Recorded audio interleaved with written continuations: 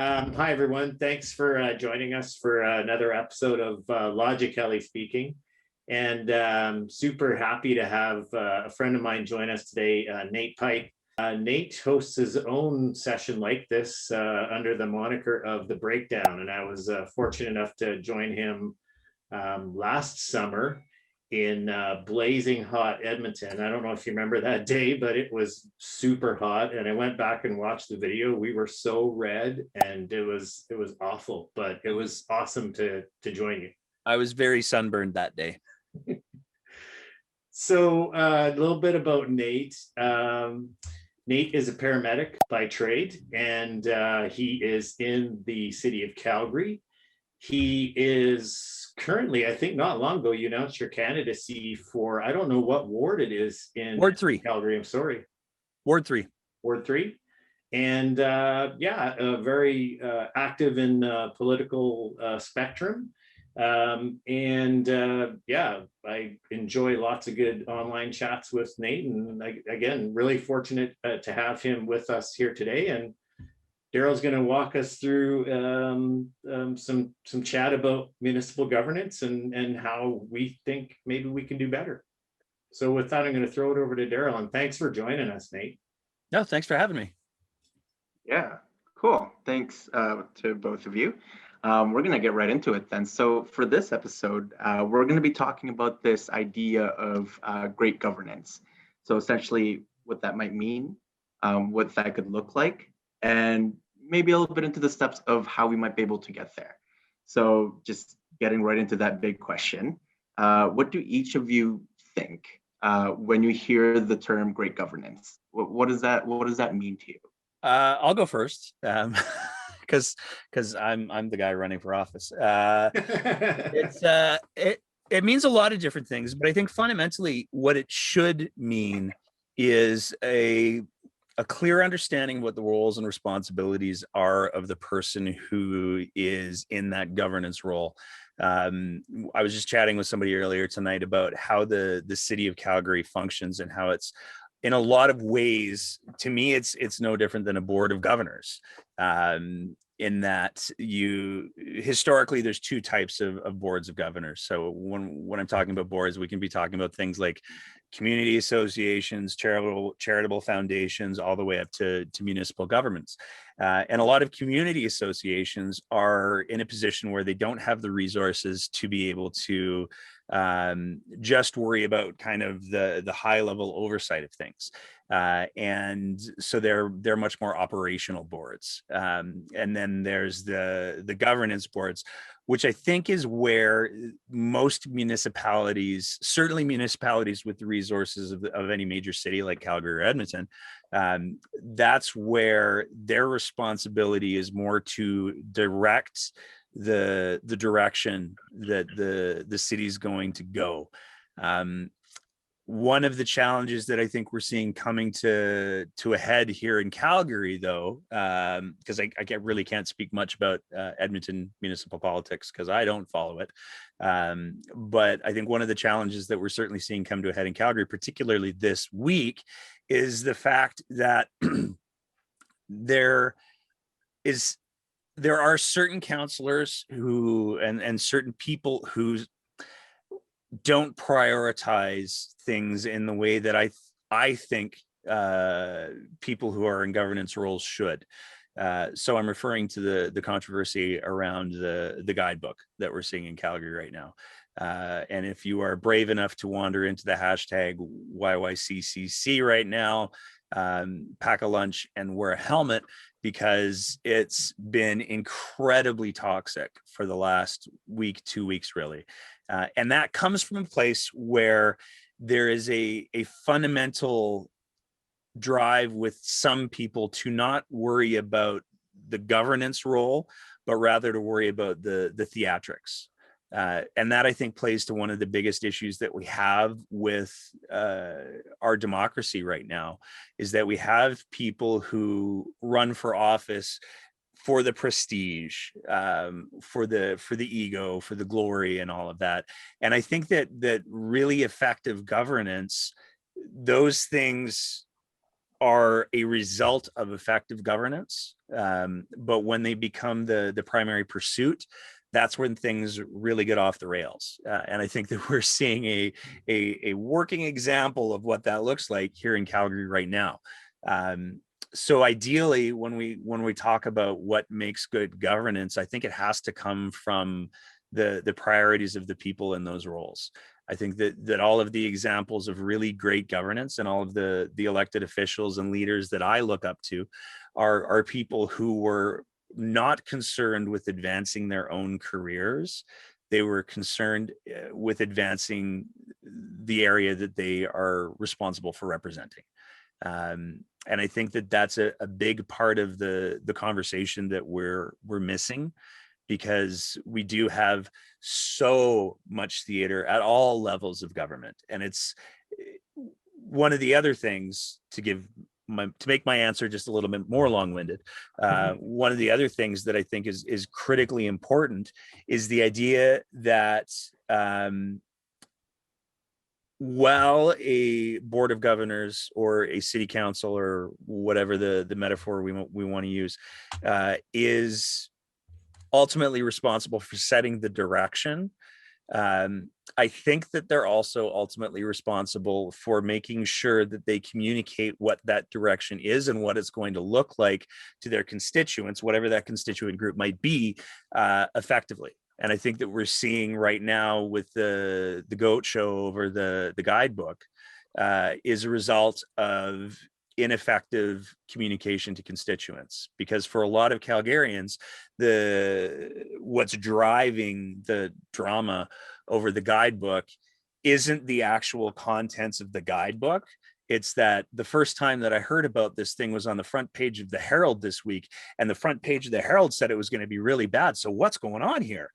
And that, to me, is a symbol, not that there's anything wrong with the guidebook, because I think that ultimately the furor over the guidebook is a tempest in a teapot. But it is symptomatic of failed engagement. And I think that that's another really, really important piece, because I don't know how you can effectively represent your electorate if you aren't able to engage with them effectively. For me, Darryl, the idea of great governance, I mean, there will be some overlap here, but for me, it comes down to the citizens. And I'm a big believer in well-being, and if I'm a big Simon Sinek fan as well, and I've shared that a lot.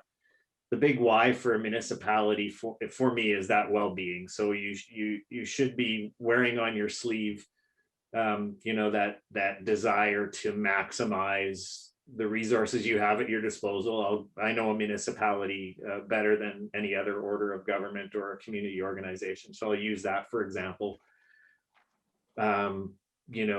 Multi-billion-dollar budget both Edmonton and Calgary have. Instead of talking about the narrow conversations around taxes, which just leads into that granularity and that severed or broken relationship with citizens already, because that nothing gets them more riled up than getting them talk about taxes, right?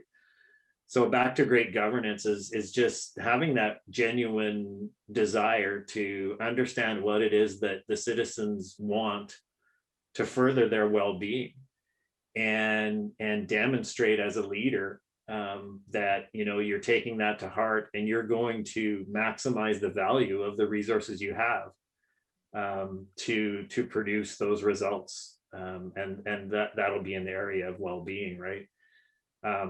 Nate's right. Like right now, there's so much theater around this divisiveness that's happening, and other orders of government are also getting involved in not playing their part in helping municipalities, right? So it's just setting this really divisive time right now. So it's even that much harder to say, time out, let's talk about why it is we're in office, and that's to best look at the best returns for that investment that the citizens are making. in terms of, community benefit, well-being, those kind of things. I wouldn't be surprised if I was to ask Nate, who he thinks has done it well, maybe globally, when he mentioned some of those examples that he looks up to. And, New Zealand right now is, that's at the national level, but, really paying close attention to those kind of things. And, the prime minister there started out with a minority government, but had everybody, drinking the same Kool-Aid, so to speak, because it was the right thing to talk about. It was everybody bought in. I think now she has a majority government, and all the power to her. She seems to be one of those shining lights, right? So for me, it's just around citizen well-being, and like Nate says, park the ego, park those other things that might have motivated you to get in, and just do the right thing. Yeah. Is there something else that you want to kind of add to that? I was just going to say, like, when we're talking about the severity of the theatrics, and I think that I assume that, well, I know that Edmonton has had some challenges with some of your more theatrical counselors, and the fact that I know about that, I think, speaks to the severity of the theatrics. But one of the fundamental things that I keep going back to is prior to even in my work as a paramedic for the last decade and change, there's certain standards of behavior that are expected of me. And when I worked in the corporate setting prior to becoming a paramedic, there were certainly certain standards of behavior that were expected of me. And I cannot think of, looking at some of the behavior that we've seen from Calgary City Council members over the last, I would say the last 2 weeks is a very strong example. But the fact that we have a city council that has required professional mediators to come in to get the alleged adults in the room to behave like adults. There's no other, name a corporate environment where that would be acceptable, because I can't think of one. Yeah. I think these are really good points with regards to the theatrics of politics, but at the same time, it almost feels as if those two things are inseparable, particularly with the kind of system that we have, where ultimately, I think it's arguable to say that that elections are ultimately popularity contests, and it helps to be able to convey a certain kind of message or certain kind of branded message, and that falls into the theatrics of it all. And part of that too is just, when we're looking at debates, it's not even, of course, the priorities and the policy platforms that these politicians have is extremely important to listen to, but there's also the piece around, what kind of social skills do these officials have? I think that's also part of, the kinds of priorities and the responsibilities that come into that role is the way that you hold yourself. But there's theatrics that kind of come from that. So I guess my, bigger question is politics separable from the theatrics of it? I think absolutely.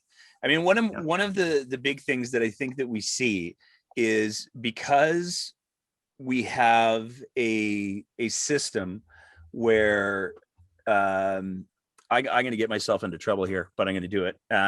If you take a look at the provincial level, there's no question that some of the people that were selected to run, and I would say that this isn't just for this government, I would absolutely apply it to the previous government as well, that there is a certain selection of candidates for office, and that selection process is largely driven by, will they do what they're told by the party? Will they do what they're told by the existing power structure? And that creates a system where you are getting in people who maybe don't have the strength of their convictions. They maybe don't have those social skills or those communication skills that you just talked about. And so what ends up happening is, if you've got someone who's made of they're hollow, but you still have to present them to the public and go, oh no, but I swear they're appealing. Because there's no substance there, you have to resort to theatrics. And I think that when I think of the leaders that inspire me, and when and it does, we don't even have to be talking about just political leaders, but when I think of the people that inspire me, and the people that I kind of use as touchstones for how do I want to conduct myself in the public forum, they are not people who are hollow. I think that the theatrics are a result of a system that largely dilutes the pool of people to, you have one really opinionated guy at the top, and then everybody else, how about you just do what you're told? And I think that creates a system where the theatrics are required, because you can't, there's nothing of substance there. And so I think that if the electorate truly wants to see a more substantive discussion, then that includes having candidates and elected officials who are not just there to do what they're told. This is one of the reasons why I decided to run for municipal politics, because I did run in the last provincial election, and I did get to experience firsthand what happens when you bite the hand that feeds. But sometimes I think you need to do that if that's in the best interest of the people that you're trying to represent. So to give a very, again, you're going to get a lot of long-winded answers from me. It's just kind of what I do. They're either really, really short, or they're really, really long. But I don't think that they're inextricably linked. I think that it's easier for the people who are in positions of power to manage people who will just do what they're told. But I don't think that it's better for democracy. And I can tell you that the people that I value the most, not just in my political endeavors or my, I don't know, infotainment endeavors, I don't know what you would call the show, but the people that I value the most are the ones who are going to tell me when I'm about to do a big thing badly. That means more to me. If you can show me why I'm wrong and back that up with actual evidence, that means so much more to me than somebody who's just going to repeatedly say, oh, you're doing great, because sometimes I'm not. And especially when we're talking about the stakes that are involved with political office and the type of leadership that's required at political office, if it's just sycophants 24/7, then we end up with 2021. Yeah, your idea about theater for me, actually what came to my mind was just this, we have this ideological thing going on right now where there's polar opposites, right? And I think that lends itself to the theatrics that we have right now, where one side couldn't possibly see themselves agreeing with the other, regardless of the logic involved, regardless of whether it's a good decision, that just couldn't be. And that goes for both sides of the equation right now. There's, UCP could come up with an amazing idea, but there's just no way possible for NDP to say that it was, and the other way around. My worry with that is that it's starting to seep into the municipal spectrum now. And of course, there have been some changes recently where PACs, will be allowed. And my worry is that party system, or that us versus them mentality, is going to start seeping into it. I think it already exists a little bit in the municipal world, but there is a real worry of mine that it could just explode on us. This wasn't about tooting your horn or anything, Nate, specifically tonight, but I do value someone, and I'm pushing for my council or anybody that's running in my community. I want them to be really totally transparent about who it is that's going to be supporting their campaign, because I will be watching for that ideological, seeping in, that ideology seeping into municipal government and party politics seeping in. Municipal government for me is the bastion of hope for us going forward. In keeping that as clean as it should be. Maybe the theater going forward, if that remains true is just around community issues and community ideals, and not party politics. And for just for some context, I think what you were referring to there, Kelly, is the fact that with my campaign, I'm disclosing all of my campaign donors as I receive those donations, and anybody who wants to can donate at www.natepike.ca. But I think that's a decision that I made because I think that it's very easy to say I'm going to be transparent. And I've had a couple people comment that the language that my campaign uses is tired. But again, I go back to that idea that it's only tired because people use those words, but they don't mean them. They don't do what is actually behind those words. And to your point, Kelly, I think that we're pretty far down a rabbit hole here in regards to how toxic and how partisan our politics have gotten. But I fundamentally believe, and this isn't rhetoric, I fundamentally believe that the best thing that people can do is recognize that the power to affect change lies with them. And if we just go, okay, then we're gonna end up in some pretty terrible places. There's no shortage of examples from around the world of what happens with the disengaged electorate. But at the same time, I have a lot of hope for it because I take a look, and I know we're going to talk about youth a little bit later. I think we are, at least. The most active volunteers on my campaign are under the age of 30. And that gives me incredible hope. Because that says to me that historically in Alberta, at least, and I'm sure it's probably most of North America, the people who have the most control and the most influence elections are the older ones, because they figured out a long time ago that if you actually show up and vote, you get to shape how things go. And I think that there's a lot of youth, and I hate that I use that word because it means I'm not anymore. But I think that there's a lot of youth that see that and that are starting to wake up to that and going like, you know what? I don't like what y'all are doing to this. And so I'm gonna find ways to make that change happen. And that needs to be encouraged. It's more than anything. That's one of my big interests in what I'm trying to do. And fundamentally, that's also a big part of the reason why we created the show prior to my municipal run, because politics has become this realm of elitism where if you aren't paying super close attention 24/7, you get left behind. And it's garbage because it removes the power from the people that actually have it.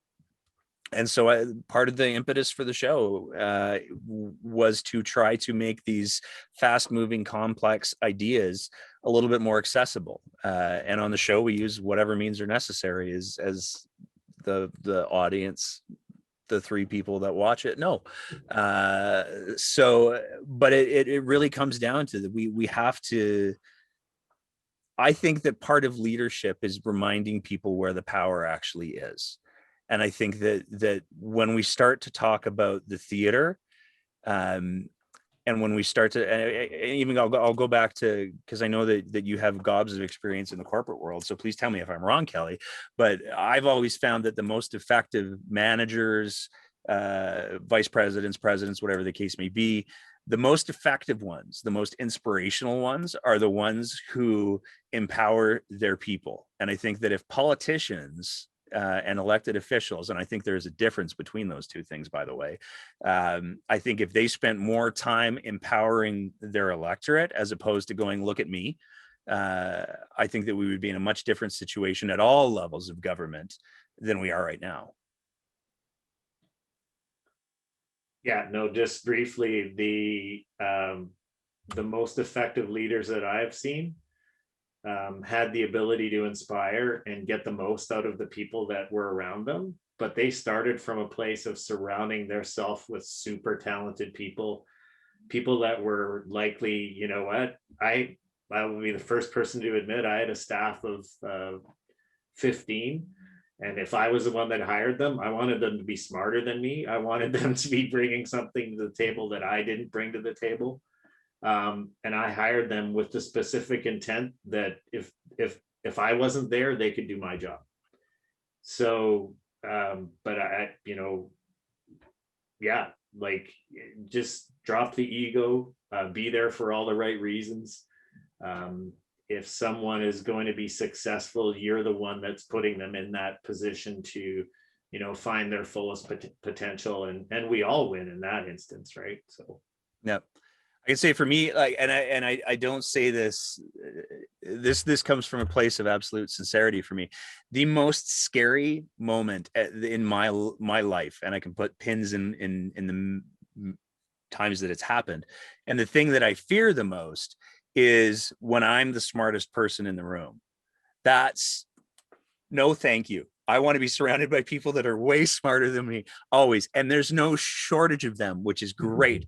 But it's the notion that any person has to always appear to be the smartest, or any person always has to appear to be the one who's got the most whatever. That's garbage. We need to, there is such a thing as expertise. And I think that real leaders, effective leaders, embrace that, because you can't know all of the things about all of the things. I don't want to walk into an operating suite and say to a brain surgeon, well, I think I could do this better, because I can't, and I know that. But we have to be able to I think a big part of effective governance is being willing to say, I don't know the answer to that question, but I really want to find somebody who does.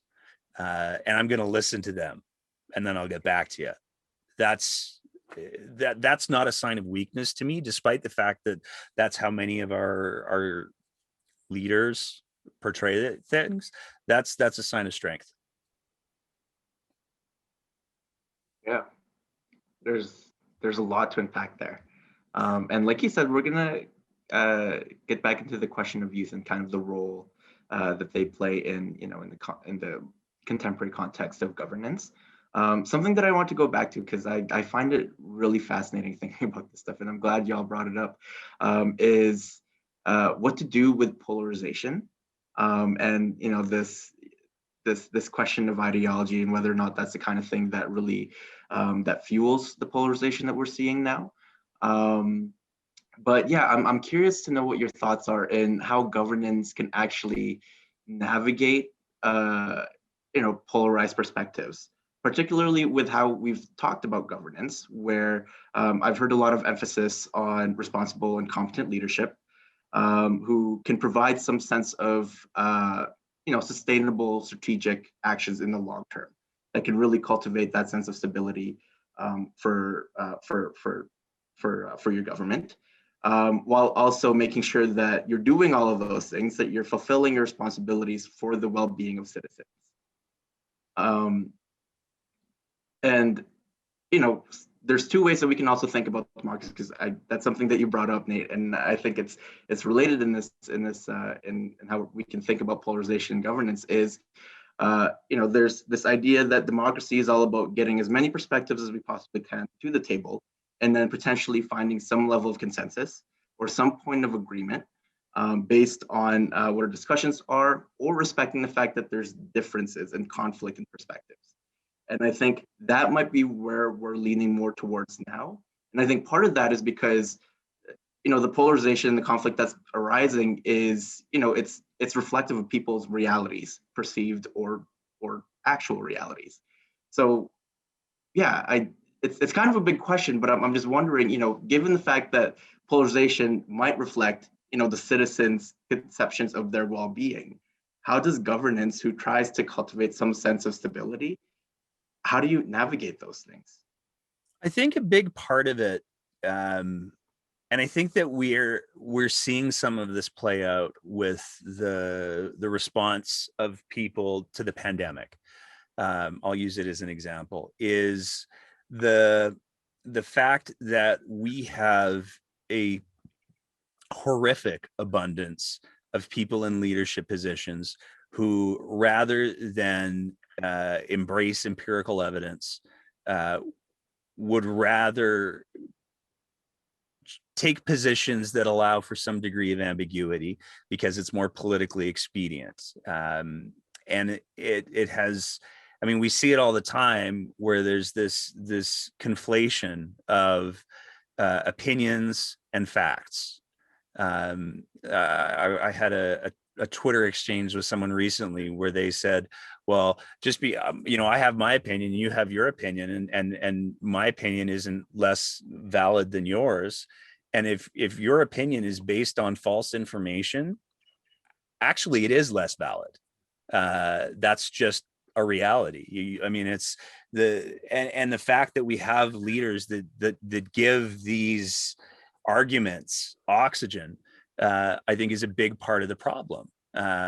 Everybody's afraid of saying the truth, because what if somebody doesn't like it? Oh my gosh, that person might grow. That's a reality. And I think that part of the tightrope walk that people who are committed to good governance have to do is balancing the conversation between saying, I these are what the facts are. I mean, that's just what it is. They're not up for debate. These are what the facts are. What would we like to do with them? That's where opinion starts to come in. But when we're talking about what the fundamental facts are facts. And I mean, the notion of you said it earlier, Kelly, the whole alternative facts thing, that's not a thing. That's a clever talking point that dilutes the quality of the discourse, but it's not. The sun rises in the east, it sets in the west. Anybody want to debate that? If you do, I don't want to debate it with you, because that's dumb. There's certain things that are just empirically they're done.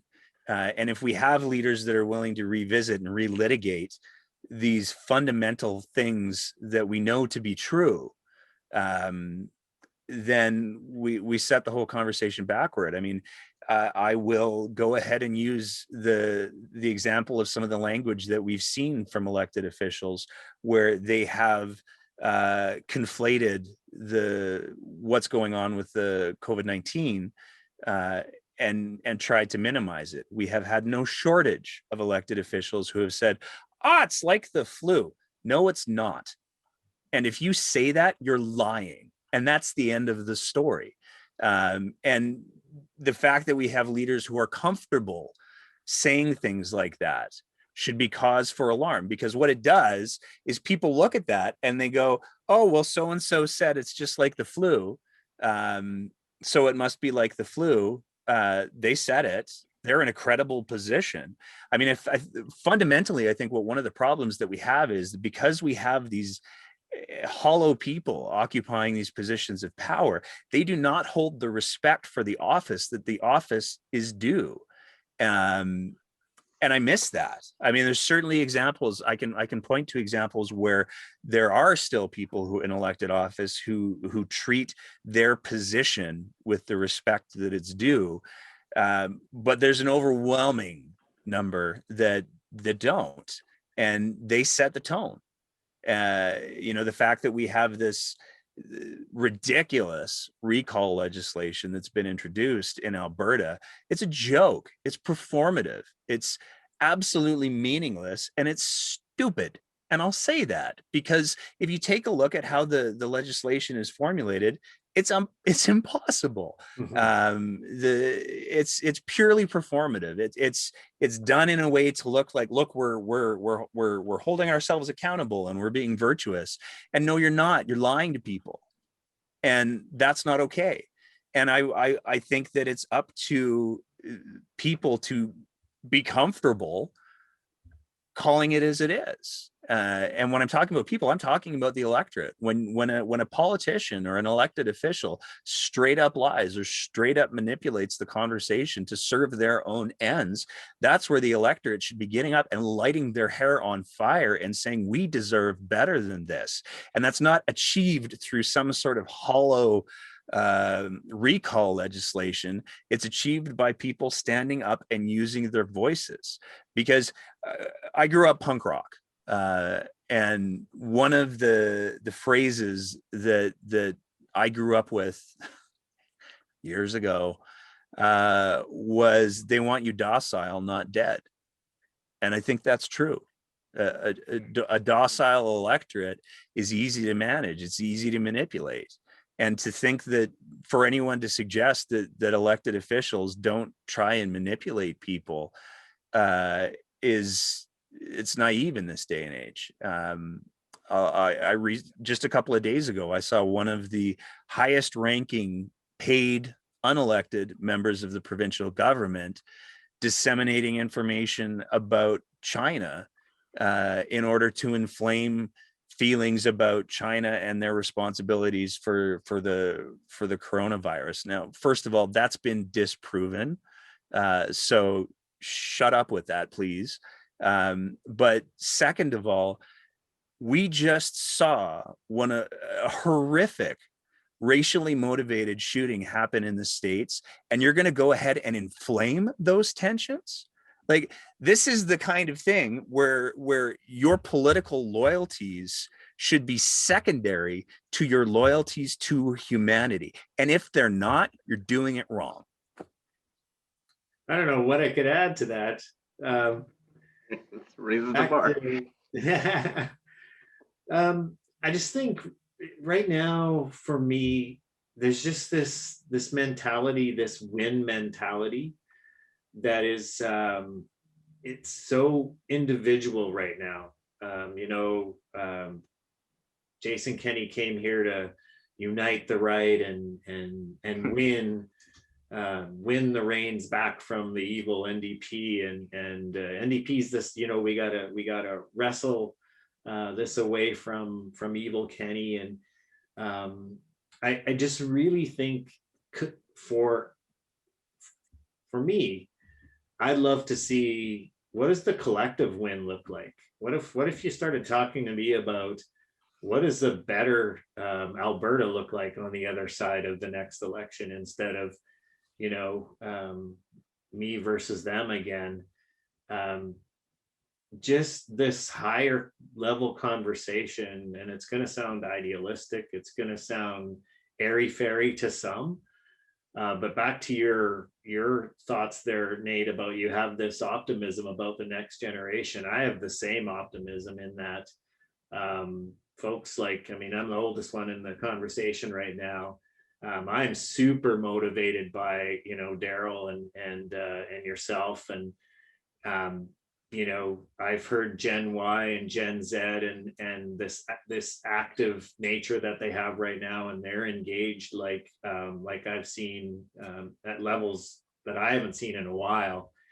And in fact, I read an article the other day that meshed them together and called them Generation P, and P stands for purpose. I just think they're motivated for these collective wins and societal wins and fixing problems that they're inheriting from mistakes of the past. Good on them. I want to be part of putting them in a position to succeed, because we'll all win, right? So that's where I'd like to see the change occur. Is us starting to think globally and collectively, and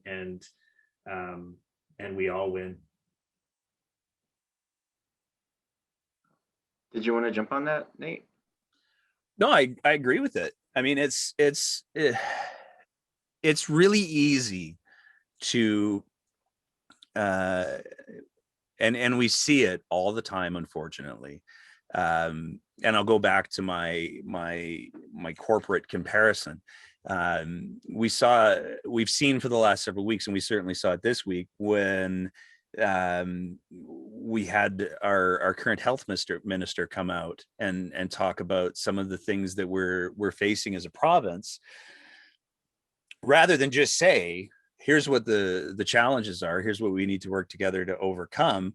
He pivoted hard to, and it's Trudeau's fault. Like, what does that do for the conversation? And I think about, if I was to be, I go back to my corporate universe, my corporate career, I don't know what you call it, when I worked for companies, if I was to go into a meeting with some vice presidents for the companies that I work for and say, yeah, things are really, really bad, but it's super not my fault. What I need to do is get you guys to blame Timmy, because it's Timmy. It's that Timmy. And I know that this is technically the area that I'm totally responsible for.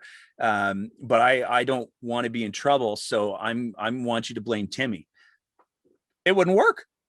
If I extend it to any outcome on any call that I do as a paramedic, if I was to say, hey, I totally didn't do the thing that I was supposed to do, but it's not my fault, it wouldn't fly. And that's where I think that we need to start to have conversations with the electorate about, let's hold the people accountable for who needs to be held accountable. And I think one of the biggest things that we need to do, and what I look for from people in positions of leadership, is for them to say, it starts and stops with me.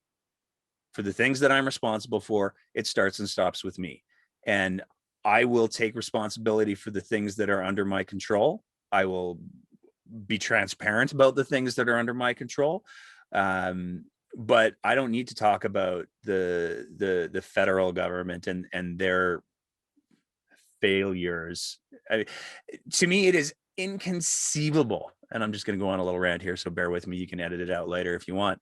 But it is inconceivable to me that we live in a time where we were able to get a vaccine for a virus that has had global repercussions, the likes of which none of us have seen in our lifetime. And we were able to get not one, but multiple vaccines developed in less than a year. And we're complaining about it. Like, oh my God, there are countries all across the world that lack basic health care, that lack basic antibiotics. And we're bitching about the fact that we have to choose between what vaccines we want. Like, oh my, we have framed that conversation so badly. And the cynic in me says it's been done deliberately. And that's really unfortunate, because when I take a look at the situation that we have with vaccines right now, that is a celebration. That is a monument of human achievement. And to present it in any other way is a lazy, craven kind of politics that I want nothing to do with. That's the rant that I promised you. It was an important rant. And that actually takes me to my next question. Well, your second last question is, I mean, you've already mentioned a lot. I think you've given multiple kind of answers to this question, but there's one thing that you could change in politics and governance, theoretically, hypothetically, if you had a magic wand, what would it be? What would be the one thing that you would love to just absolutely change about politics? I'm gonna let Kelly go first on this one, because I've been taking all of the first answers. So I gave this some thought, and I'll throw this out as a challenge to provincial government. If I had a magic wand, the Bible, so to speak, for municipal government in Alberta is the Municipal Government Act. And in my career in municipal government, I was involved with strategic planning and business planning, and saw lots of merits and value in that, and lots of evidence of that on my website and my blogs, et cetera, et cetera. Done well, it's critically important for the success of a municipality. However, when I was doing some research on, what does the MGA actually say about strategic planning, Lo and behold, there is absolutely nothing in that document that hints that a municipality should even have a strategic plan, let alone giving them the edict that they should have one. Let alone there's volumes in the document on how to dissolve actually being a municipality. And volumes on budgeting, which is the last thing that you should be doing. So if I had a magic wand, and this might not be big G governance like globally we're talking about, but in our world of Alberta, I'd love for some section in the Municipal Government Act to talk about strategic planning for a municipality, and that being the first thing they should be doing, listening to their citizens, understanding what it is that as their priorities. For me, maybe it would say something about well-being. But yeah, just setting that expectation up, because right now I hope Nate gets elected in Calgary, and I know what's going to happen if he does. The first thing they'll tell him is, you know what, you're going to be passing a budget in 3 weeks, because October to November is very quick turnaround, and drinking through a fire hose of being elected, and then now you've got to pass a budget. It's a broken system. It's set up for failure. And by the way, we'll get to strategic planning after the budget's approved, and it'll be sometime in March because you're really busy at the beginning. So it's broken and it's set up for failure. So for me, I'd love to see something set up so that that system is fixed, and that the MGA talks about the merits of and the value of going through strong strategic planning that includes your citizens in a really genuine, authentic way. Can I give two answers? Because I think that Sure. there's a component of the municipal conversation that I think is that I don't want to let this question sail by without addressing it. But at the same time, I also have my idealistic answer that I'd like to give as well. So in regards to if there was one thing that I would change right now, I think that the strategic planning piece is critical. When I try to get people to understand just how broken the budgeting process is right now for municipalities, the way effectively, and I'm oversimplifying by a lot, so forgive me for all the pedants out there, but effectively the way that it works right now is the city goes, okay, this is how much money we'd like to spend, and then they go, how are we going to get that money? And that's really problematic, because if I ran my household that way, I would be in a lot of trouble from a lot of different places. And so that's a huge problem. And I think that's something that I would like to see fixed. That's something that I'd like to see addressed, because it doesn't allow for any flexibility. It doesn't allow for very much responsiveness. And in Calgary, it's put us in the position where the property taxes have become a source of considerable angst and stress for people, not just the people who live here, but the businesses that are trying to make a go of it here, because they don't know what it's going to be like. And that's really problematic. I think the stabilizing the revenue stream and the budgeting process needs to happen. So that's a much bigger conversation that involves the provincial government as well, because they do largely set the rules for how those things happen. But I think that if a provincial government is legitimately interested in seeing cities thrive, and particularly coming out of COVID, I think that there's a recovery piece that we need to have a talk about. There's going to need to be some change that happens in order to make those two things happen. And I think that if a provincial government is legitimately interested in seeing recovery and thriving municipalities, then they need to show up for those conversations as well. So that's my policy answer. My idealistic answer: I would love to see a entirely independent office of, and I'm going to use some language that I'm probably going to get in trouble for, but I'd like to have an independent office of counter bullshit, where academics, experts in their fields, when a politician, and I'd like to see it as a branch of government, when a politician or elected official comes out and says, it's just like the flu, then the independent office of anti-bullshit can come out and say that is factually false, and they can issue a public statement on that, and it carries the same force and weight of anything else that comes from the government. I think that if politicians knew if you say dumb stuff, it's going to get countered, they would say less dumb stuff. Obviously, like that's super idealistic and will never ever happen. But if you asked if I could change one thing and wave a magic wand, what would I do? I think that's probably would be what it is, because right now we have unrestricted rhetoric, and we have, unfortunately, media channels that exist to amplify that rhetoric. There's no shortage of both left and right. It's easy to pick on the right now because they're the ones in power, and there are certain rebellious outlets that are just so terrible. But there we go. This is a subtext, right?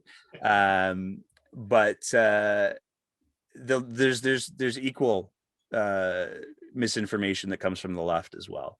Sounds to me like it's the ministry of truth you're talking about, Nate. I read a book sometime a while ago about the ministry of truth. That's why I it needs to be independent. Yeah. Because for sure. Like if we want to just go, I don't know, if we were going to create a government organization to just parrot what the government wants, we'd have to come up with some sort of fancy name like the Canadian Energy Center or something. But I don't have any interest in that. I want to see actual accountability. And I think that if politicians and elected officials put the respect for their office that those offices deserve, they would too. Yeah, I love that. And honestly, like I think you said it. A lot of what the two of you said is, it really comes down, for me anyway, to accountability. And I think that's fair enough. So I got one final question, and we're gonna wrap things up on a more fun note. Who I've been having is fun.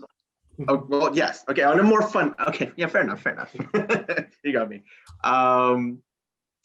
So who's one of your all-time heroes and why? I got one. For me, and I've used this, I might have an advantage over Nate because we don't script these, but I had given some thought to some of the stuff that might come up. And I've used this example in some of my strategic work with some municipalities and some visioning and inspirational stories. Terry Fox, for me, is someone who is pretty high on my pecking order. And you ask why? Well, the guy ran a marathon a day. Had cancer while he was doing it and didn't know it, on one leg, and his legacy has survived. And talk about values, talk about determination, talk about doing the right thing for all the right reasons. And it just so happened to occur at a time in my life where I needed something like that, some inspirational story to kind of get me motivated. So very personal, and the longevity of it. My guess is he'll be right up there as one of the all-time amazing Canadians. So for me, it'd be someone like Terry Fox for sure. Wow, there's so many, is what my problem is. If I had to pick one that I think really just kind of nails it for me, my immediate reaction is to go with, there was a comedian named Bill Hicks, but he had some problems. If I had to pick one that I really kind of use as a touchstone, I would probably go with Kurt Vonnegut. He had a way of viewing the world with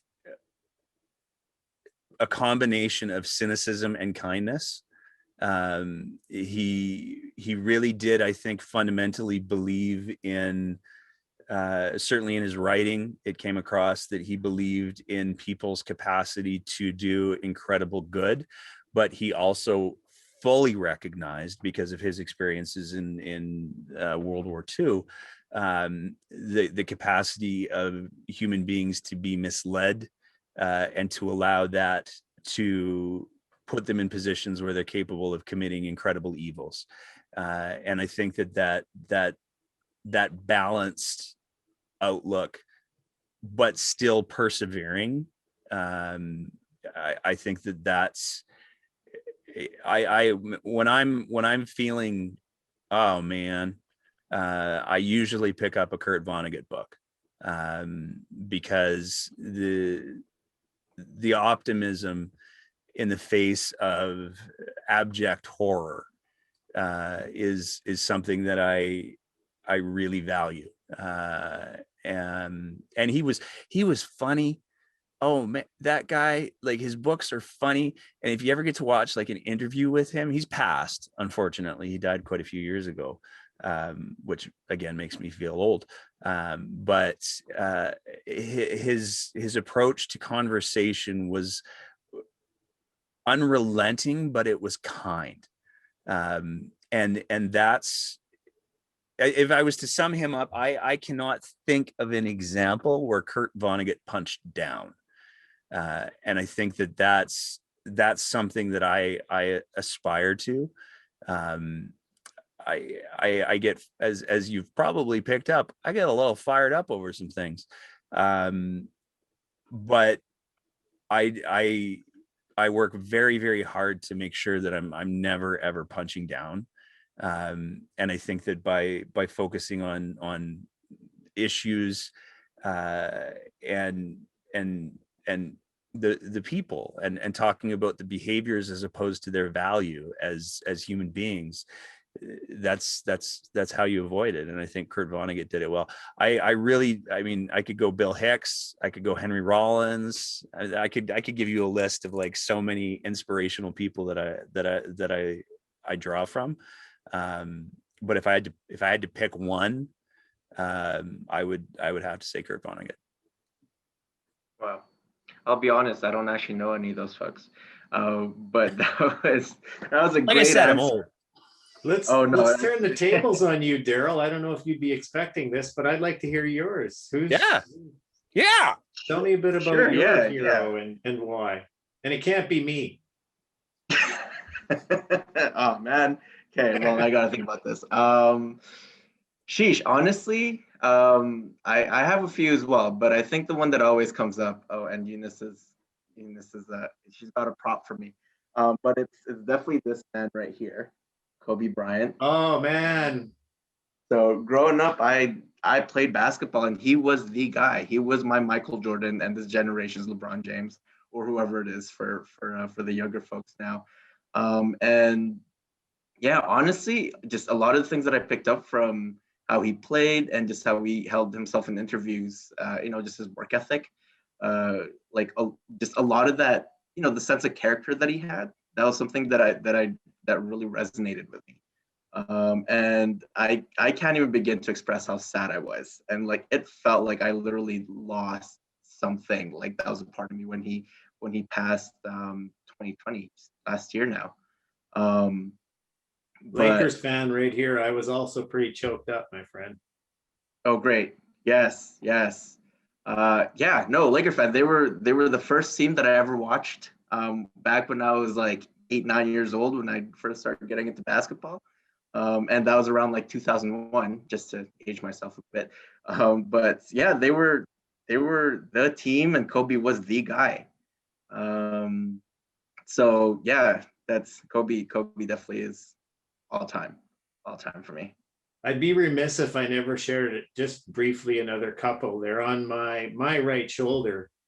You'll see an image of Muhammad Ali, and the other one is Prince. So for you, when you got choked up about Kobe, when Prince passed away, I was just a disaster. I was a mess for a long time, and It's coming up actually. April 21st is the anniversary of Prince's passing. So just a very creative guy, genius, musical genius. You don't know all the backstories about how generous he was in his community and didn't want any fanfare about it. He just did it. And all the just some of the things that he stood for. Very flawed man in his own way. Some of the extramarital things that went on and such, but just the courage of conviction and some of the things that he stood for. So yeah, sorry, I did 3. I'm gonna add one more, and then I would also say Jon Stewart. Again, from the humorist, sort of humanist angle of a commitment. Like he's so funny. He's so funny, and he's so smart, and he doesn't punch down, and he uses his platform to advocate for people. I would challenge anyone who has a pulse to watch the statement that he issued to the Senate hearing in regards to the survivors of 9/11, the first responder survivors of 9/11, to not watch that speech and not get choked up. Because if you can watch the passion and the conviction that that comedian brought to the table, without getting a little bit of a thing going on, then you have no soul. Yeah, no doubt. I was gonna say, even though I don't know who Kurt Vonnegut is, I was gonna say I felt like the depth of your answer really encompasses or encapsulates like this whole conversation for me.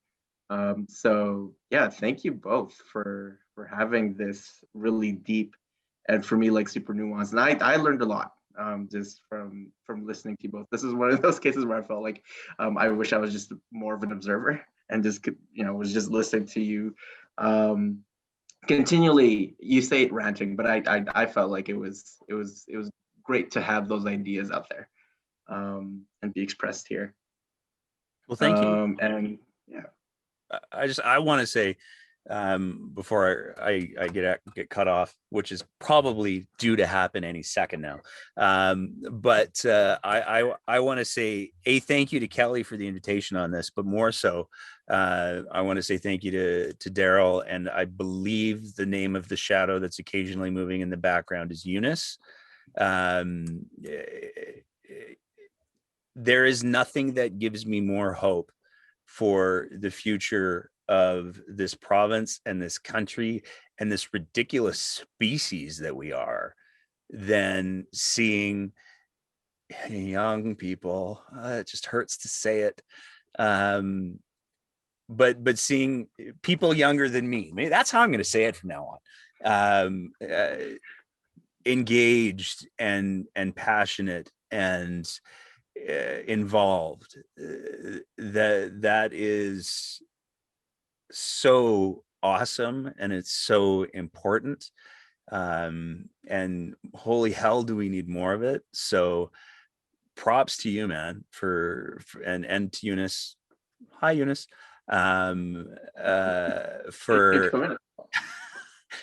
For putting your time and your energy into stuff like this, because it's what we need. It's the only thing that's going to save us. And you're right about the inspiration that these guys bring. So selfishly for me, being around them is just it's infectious. It's awesome. No, well, I appreciate you all saying that, and I'm sure Eunice does too. But yeah, no, thank you for the kind words. Something that a mentor said to me though is, yes, young people are great, but also y'all aren't dead yet. You older generations, you're still here and you're doing great things as well. So I just wanted to put that out there. I'm sure there are people that wish I was, but I'm not planning on going away anytime soon. We'll definitely be watching with interest, Nate. Good luck in your run, and we'll be cheering you on from up north here. I think you'd be an amazing addition to the council. No, thank you very much. I appreciate that. It's going to be a fascinating election to watch, I'm sure. But and I'm a big believer that nothing worth doing is easy.